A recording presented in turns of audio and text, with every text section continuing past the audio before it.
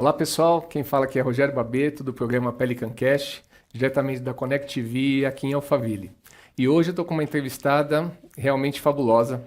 E a gente está com uma atividade diferente aqui. Vocês não estão vendo ainda, mas tem público, né? A gente está abrindo, né, Suzy? Estou com Suzy Mariá.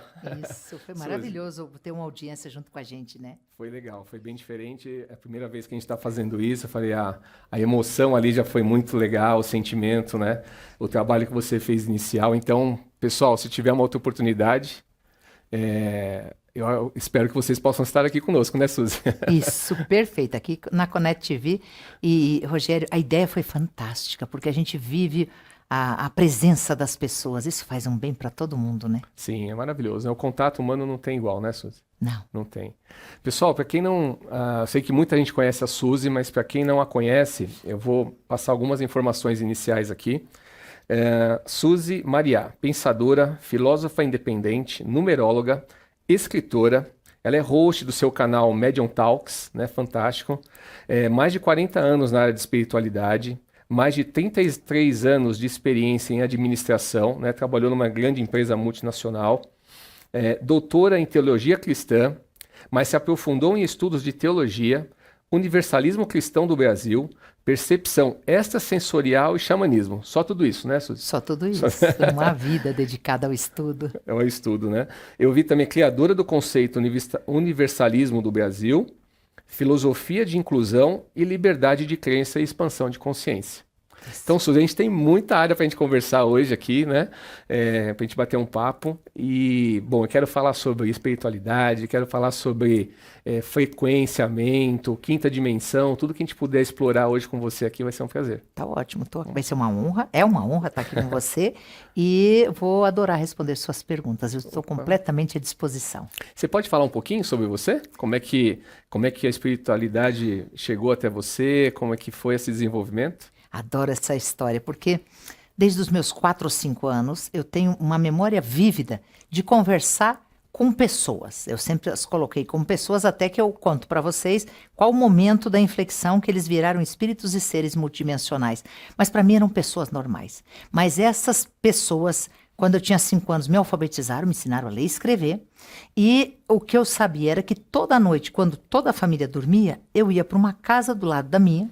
E lá nesta casa do lado tinha uma biblioteca gigante que eles pegavam livros para eu ler. Então, eu estudei o Livro dos Espíritos, eu estudei a Bíblia, mas eu li muito. Foram anos. Aí eu tinha 8 anos, isso estava muito intenso. Com 10 anos, eu não só ia lá estudar com essas pessoas, como eu escrevia cartas e poemas que eles mandavam de lá. Mas então, você ia espiritualmente? eu só soube isso aos 24 anos. Eu achei que eu ia fisicamente. Eu achava que toda noite, todas as pessoas, em vez de dormirem, levantam e vão viver nestas casas do lado da sua casa. Então, eu tinha consciência que era uma outra casa que durante o dia eu não via, mas para mim eles eram humanos e conversavam, me tratavam muito bem e normal. Com 12, 13 anos, isso foi o auge, quando eu realmente já escrevia cadernos e cadernos do que eu aprendia lá. E eram teorias profundas, teorias que hoje a física quântica ensina, teorias de matemática, teorias do universo. Então, eram assuntos que naquela época não existia Google, não tinha nem dinheiro para comprar uma Barça, então não tinha onde pesquisar. Eu anotava tudo isso. Eu tenho cadernos de 1972, 75, 80 guardados. Aí, quando eu tenho... Então, até ali também, gente, isso é muito importante, uma católica fervorosa. Eu tinha certeza que eu nasci para viver dentro daquele meio do catolicismo, que eu admirava muito os santos, os anjos, a Bíblia. Mas quando eu tenho de 21 para 22 anos, o meu irmão mais velho faleceu.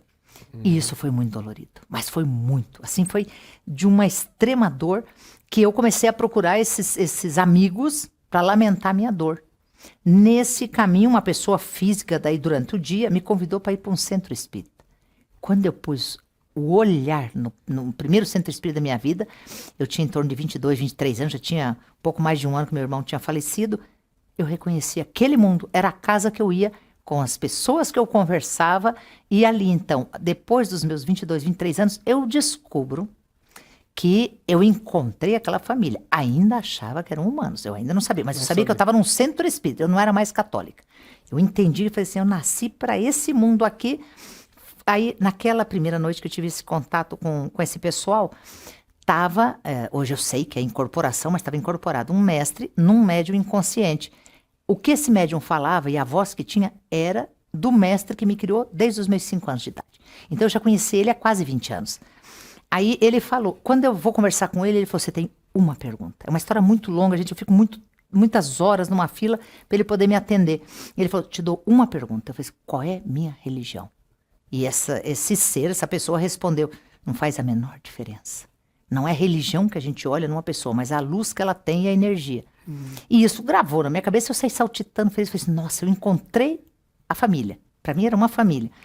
Mas na segunda, isso era um final de semana, na segunda-feira eu vou na igreja católica, onde eu vivia lá dentro. Eu vou falar com o padre. E aí no confessionário, eu pedi para ele, eu preciso confessar uma coisa. Aí no confessionário eu falei assim, eu fui num lugar muito diferente e eu fiz uma pergunta. Padre, qual é a minha religião? Ele falou assim, não faz a menor diferença, minha filha. O que importa, do lado de lá, é a luz que você carrega na sua vida. Quando ele falou isso, eu vi que eram aqueles mesmos seres falando. Aí eu entro nesse centro espírita, fico quase 2 anos fazendo doutrina, lendo livro, fazendo oração no público. Até que um dia, uma senhora vidente fala para mim, tinha umas 30 pessoas no público, ela fala, Suzy, você sabe que você está incorporada? Eu disse, não, eu estou falando com meu amigo aqui. Ela disse, que amigo? Você é maluca, não tem ninguém do teu lado. Aquele dia é que eu percebi, porque eu perguntei pro público, vocês não estão vendo quem fala para mim? Eu falei, não. Aí eu olhei para ele e ele falou, eu sou um espírito. Então, somente aos 24 anos, eu descubro que eles eram espíritos. Então, eu não consigo, hoje, não distingo. Porque eu cresci... Pra você, é como se fosse uma pessoa mesmo, carne e osso. Carne e osso. Eu tocava eles, eu conversava com eles, eles me ensinavam tudo que eu sei de espiritualidade. Aí, realmente, eu assumo definitivamente que eu sou uma espírita, mas começo a buscar um novo caminho dentro desse espiritismo. Escutava doutrina de Kardec, comecei na Umbanda, Candomblé, estudei muito Kardec, mas nada preenchia a minha ânsia de fazer um mundo diferente. Então, assim, perto dos 30 anos, com esses mestres, nós fundamos a filosofia universalismo do Brasil. Então, hoje a gente se considera uma pessoa universalista, e o universalista é aquele que aceita todas as formas de pensar. Ele não tem julgamento por religião, por cor, por escolhas pessoais, nada disso. Então, o que a gente hoje comunga e prega é esse universalismo. Que então. Que foi o que eu aprendi desde os 5 anos com esses mestres. Que foi esse universalismo, essa ideia de que nós somos indivíduos únicos, mas estamos num conglomerado coletivo obrigatório. Que é mais ou menos isso, né? Você é único, ninguém pode copiar nem interferir no seu pensamento e no meu. Mas nós somos um conjunto. Então eu era única, mas parte de um conjunto muito maior. Isso é universalismo. Universalismo. É. Quer dizer, liberdade de pensamento, de crença, mas o universalismo de você, assim, não tem nenhum tipo de, como no espírito você tem vários livros de Kardec, você tem vários, né? Um ensinamento ali. Aqui você tem uma linha de ensinamento, você tem algo que as pessoas possam seguir ou conhecer? Não especificamente, quase não tem literatura sobre isso. E nós somos muitos universalistas. Hoje, aliás, tem muitos centros universalistas no Brasil. Isso é fantástico. Eu inclusive, conheci alguns em Portugal, na Espanha. Então, isso está se proliferando no mundo, que é essa capacidade de abraçar todas as possibilidades, mas sem julgamento. Não cabe a mim julgar quem quer ser de outra religião ou participar de um mundo próprio deles, com dogmas, o que for. É não ter julgamento. Mas a gente realmente se perguntar assim, tem literatura? Praticamente nenhuma. A gente começa a construir esse mundo agora. Porque a gente realmente, a gente vai estudando, vai percebendo, como você falou, às vezes a mesma consciência que está no espírita, ele está no católico, ele está no evangélico, ele está na Umbanda. Está no budista. Está no budista, só que aí ele se identifica às vezes com nomes diferentes, né? Isso mesmo. Então... E a maravilha, está no ateu também. Porque a questão é a luz. Um ateu não deixa de ter luz, de ser uma pessoa boa. Necessariamente não é a religião que te faz ser uma pessoa boa. Até porque é filho da mesma fonte, né? Isso mesmo. mesmo. A mesma centelha divina. Essa é a maravilha de pensar que a origem é a mesma. Sim. Só que tem algo muito bonito nesse ensinamento universalista. Você nunca mais voltará para a origem. É impossível. Você pode voltar só para a tua essência. Quando você pensa isso, então você entende que a vida é um caminhar constante. É uma estrada sem fim, mas que não tem volta. O que ficou no passado ficou. Então a sua origem não pode ser acessada. Você não pode mudar de onde você veio, o que você já fez. Mas o seu destino pode ser mudado. Então você pode mudar a sua essência, o seu futuro. Você pode mudar a sua essência. Aí tem 2 perguntas para você. Por que você acha que o Criador, ele desenvolveu cada um de nós uma centelha divina para experienciar tantas coisas diferentes, né, ao longo de, sei lá, milhares e milhares de anos, assim? Isso. Alguém já te explicou isso? Dos seres... Dos seres que eu converso você tanto. Conversa tanto? Por quê? Tem um porquê? Eu não preciso nem saber o porquê. Olha, esses que me criaram desde que eu sou pequena são 12, hoje eu chamo de entidades, espíritos, são 12 mestres. São 3 mestres ligados ao feminino e 9 mestres ligados ao masculino. Então esses 12 é quem eu mais pude fazer pergunta ao longo de mais de 50 anos.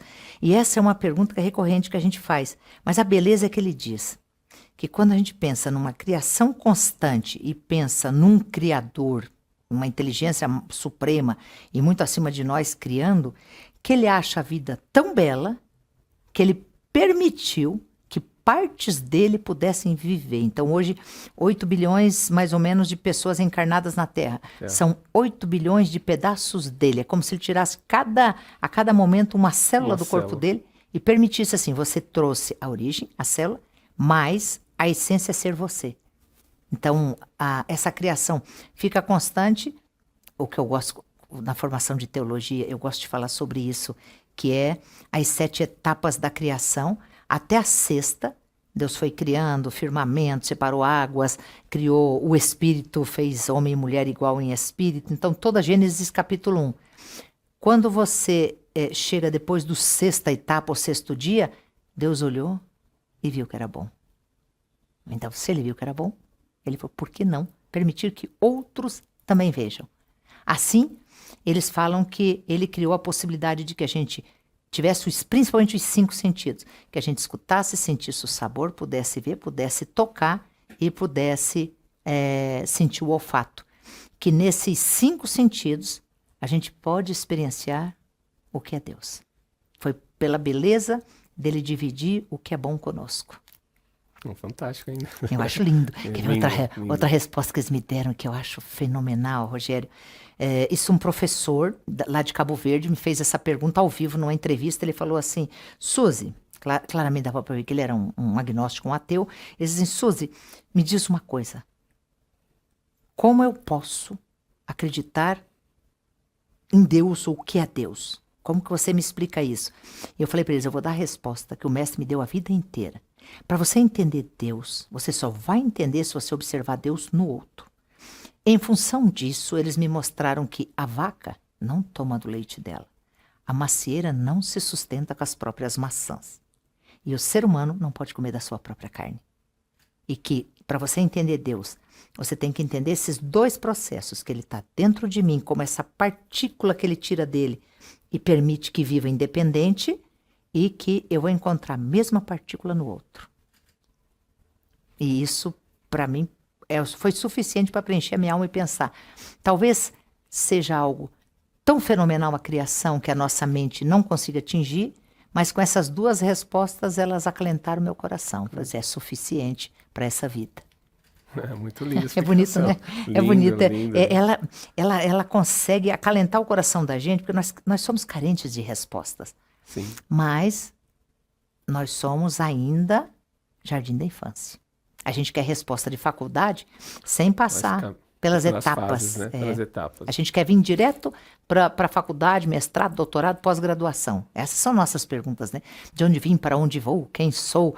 É pergunta de faculdade. A gente não conseguiu ser aprovado no primário ainda. Nós estamos passando essa fase. Suzy, eu vejo muita gente sofrendo às vezes e perguntando qual a minha missão, qual o meu propósito. Todo mundo tem isso? Eu digo assim, a pessoa, vamos dizer, uma pessoa ela vai estar errada, ou seria o propósito dela, ela fala, eu estou tranquilo, não quero fazer isso, eu não quero fazer aquilo, eu não tenho intenção de ajudar outras pessoas, eu cuido de mim, cuido da minha família, tá certo? Ou a pessoa sofre tanto, às vezes, puxa, qual é o meu propósito, o que eu tenho que fazer, qual é a minha missão?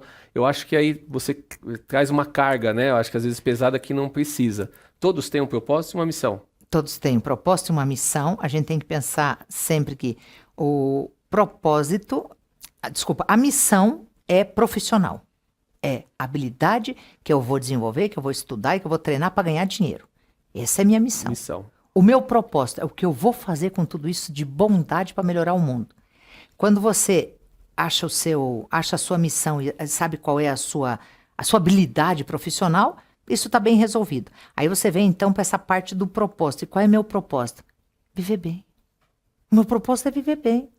Porque se todo mundo viver bem, ninguém precisa cuidar da vida do outro. Cuidando da sua já tá bom, né? O mundo entra em paz instantâneo se todo mundo parasse assim, ó. Esse é um sonho dos mestres da luz, para o planeta. Eles tentaram, mas não conseguiram.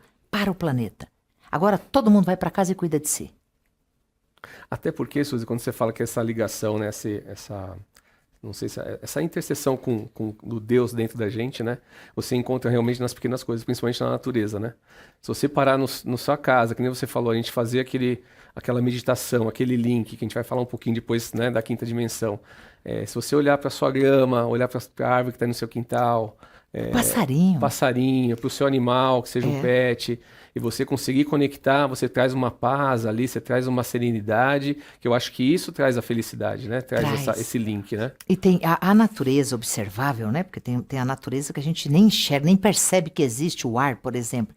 Mas a natureza, ela é abundante para todo mundo.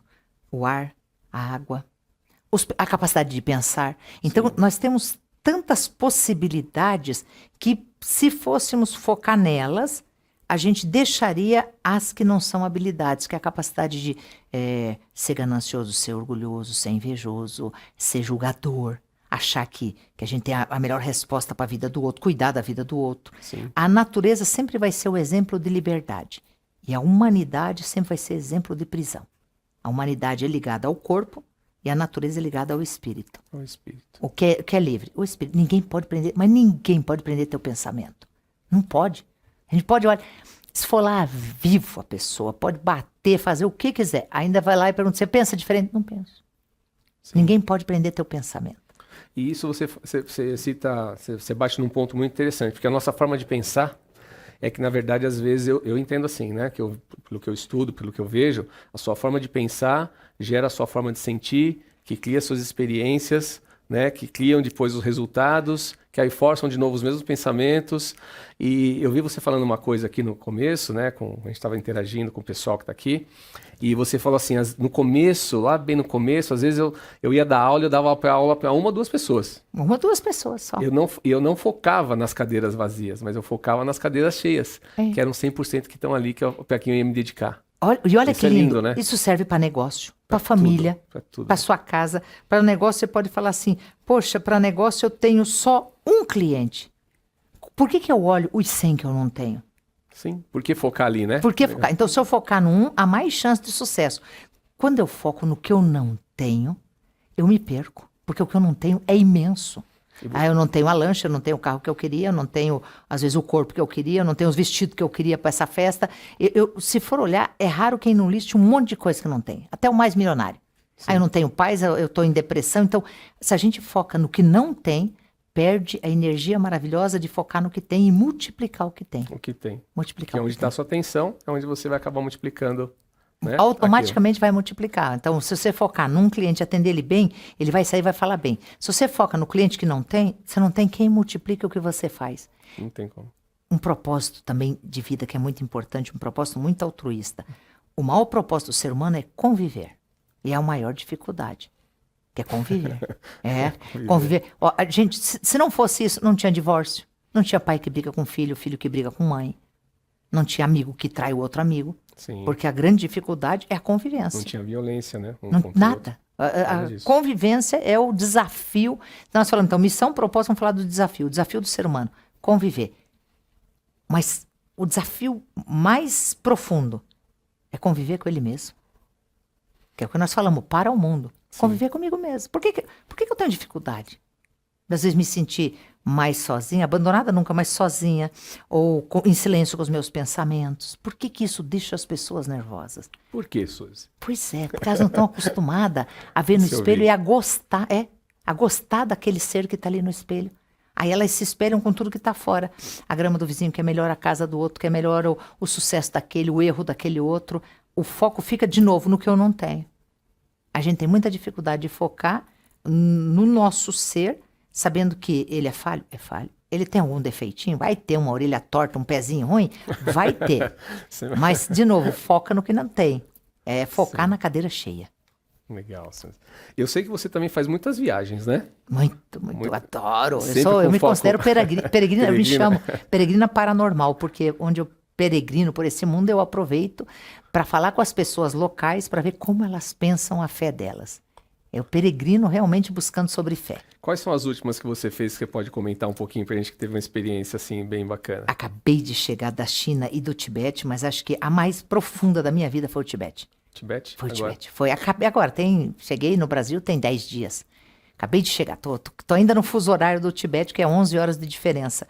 Mas, Rogério, é tão encantador ver o sistema deles, porque o budismo tibetano, que é muito profundo, ele é recente, ele tem uma origem de um pouco mais de 1000 anos, ele é muito recente. Mas ele vem de uma religião chamada Fon, e essa religião tem 15 mil anos. Então é muito Nossa. milenário o que eles sabem fazer. E o que eles sabem fazer? Ter fé no ser humano. Porque eles não acreditam em Deus, por exemplo. Não tem um criador Deus para eles, no budismo tibetano. Então eu tive com alguns monges e com um professor de budismo tibetano, e eu fiz essa pergunta para o professor. Eu falei, chegou um momento que ele falou tanto que Deus não existia, mas eles focam, de novo, eles focam neles, né, no self. Aí eu perguntei, mas who created the universe? Ele me olhou assim, quem criou o universo? Eu disse, quem criou o universo? Ele falou assim, ninguém. Por que você precisa de um criador se tem nós? Você tem que dar valor para o seu universo. Então, na concepção deles, as coisas vão acontecendo e elas vão se moldando de forma que as personalidades e os seres vão existindo. E essa coexistência chama-se universo. Então, isso para eu que me considero uma teísta, né? Eles são ateístas. Então, me chocou, porque eu falei, nossa, eu confio tanto em Deus, falo tanto em Deus. Aí eu falei, mas professor, qual de nós está certo? Ele falou, os dois. Os dois. Essa é a beleza do Tibete. Em nenhum momento aquele professor perguntou, mas por que você acredita em Deus? Ele olhava e falava assim, você acredita num Deus, num Criador? Como que é que você acredita que o universo foi criado? Eu falei, eu acredito numa inteligência suprema, e que essa inteligência suprema cria em dado momento essa multiplicação dele próprio. Ele falou, se você já cria o ser com inteligência, para nós ele nasce sem capacidade de inteligência nenhuma, ele vai se transformando. Ele disse, não tem verdade nesse mundo. O respeito que eu aprendi no Tibete sobre quem você é, talvez seja a parte mais profunda dessa viagem. Aí eu estive no Palácio de Potala, que é interessante ver, é um museu hoje lá em Lhasa, e fui nos Lagos Sagrados. Olha só, Rogério, é fenomenal. Quando a gente chegou num dos lagos, ele falou, né, você não entra no Tibete sem guia, então o guia falou, não toca no lago. Mas eu queria ver se a água era quente. Olha a curiosidade. Nós estávamos no alto da montanha com gelo, e eu queria ver se a água é fria. Ele falou assim, por quê? Porque essa curiosidade, se aguenta, não toca. Estava todo mundo ao redor, não tinha um papel, nada, aquela água transparente, linda. E ele falou, esse lago é sagrado. Quando você toca, você não está respeitando o peixe que mora no lago. Nossa, olha o entendimento dele. Eu falei assim, como? Ele falou assim, este peixe está lá grato porque ele está olhando o humano, parece um monstro, não vai invadir o habitat dele para não sujar. Porque quando você põe a mão, você mata a curiosidade, você vê se a água é quente ou fria, mas você está pondo ondas que vão afetar um peixe que está em paz no mundo dele. Porque essa vontade de atingir o outro deste jeito? Eu disse, mas é um peixe? Ele falou assim, não, é uma vida. Nossa, é profundo, né? Nossa, eu fiquei... O entendimento é profundo. Fiquei apaixonada, eu saí de lá encantada, fiquei tempo olhando. Aí eu falei para eles, como a gente acredita em reencarnação, que é natural para esse mundo oriental, e vocês na metempsicose, né? A reencarnação a gente só pode voltar na própria espécie, humano em humano, cachorro em cachorro, só pode voltar na própria espécie. E a metempsicose você pode, transmigração, né, de alma, você pode ser humano, depois você ser um passarinho, ser um peixe, ser humano de novo. Então eles acreditam que você possa transitar nas espécies. Essa é a diferença dos dois conceitos. E eu falei assim, mas você acredita que esse peixe pode ter sido humano? Ele disse, por que não? Você está limitando. Você fala de Deus e está limitando o teu Deus. Pode. E se um humano vier ter uma experiência de 1 ano como peixe, de 48 horas como mosca, por que não Por que pode? não? Deus falou assim, o seu argumento é muito forte. Ele falou assim, chega um momento que o seu argumento é bom, é justo, mas é limitado. Então, abre a mente. Aí, nessa aula do Tibete, falando com esse professor, então, do universo, eu apacentei minha alma, porque eu saí feliz com o meu conceito, mas respeitando o dele, entendendo que o dele tem fundamento e tem verdade. Aí eu pedi para o professor assim, o que mais eu posso aprender contigo? Ele falou assim, nós, no budismo tibetano, nós temos só um foco, o momento presente. Eu estou te dando uma aula aqui. A gente pagou ele para dar uma aula para nós. Eu estou te dando uma aula aqui. Eu não estou pensando no resto. Eu não vou me preocupar com banco, com conta, com mais nada. O momento presente é o que eu estou fazendo. Isso me dá paz, porque quando eu termino o momento presente, eu entro no novo momento presente. E a meditação que vocês fazem tanta, é o tempo inteiro orando e meditando. Eu faço o tempo inteiro, eu estou brigando com a minha sabedoria. Porque a minha sabedoria é limitada. Vocês acham que você já sabe bastante. Não, eu sei que eu não sei. Então vem uma coisa nova, sei lá, passou um passarinho aqui e de repente eu tive uma pergunta nova. Eu vou brigar com a minha sabedoria. Eu vou dizer não, essa resposta não basta. Eu vou procurar o tempo inteiro superar o meu self.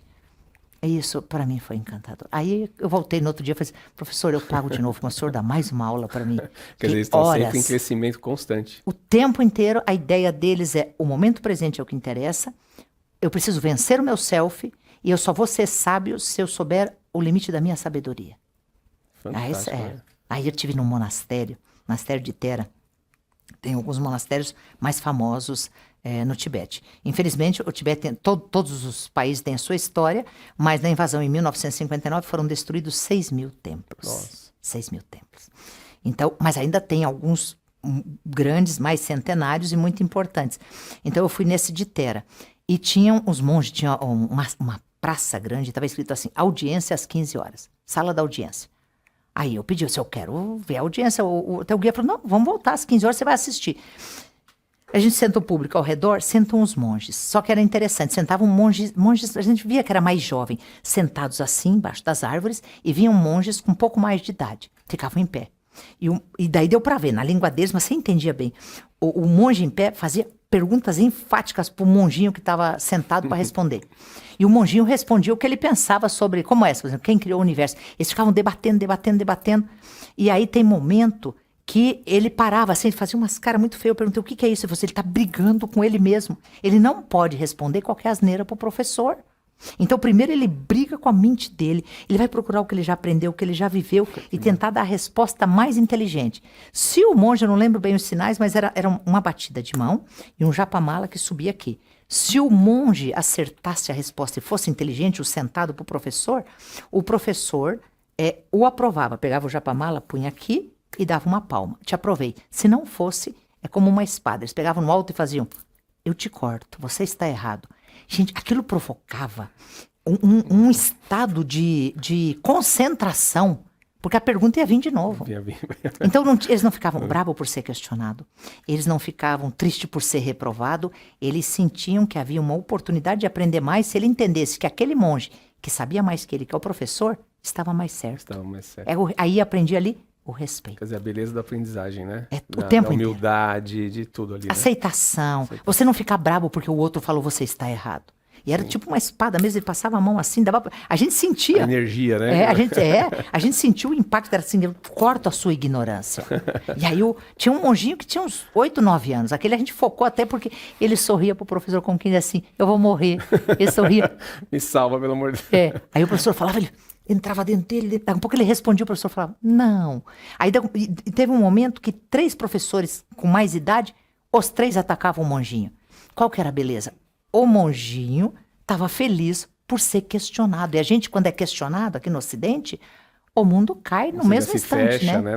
Já fica brabo, já ele quer me atacar, ele quer me diminuir. Não, lá é assim, aquele professor quer que eu aprenda, que eu me aprimore. Lindo. Nossa, eu perguntei muita coisa, eu fiquei muito encantada com aquele processo, eram muitos monges.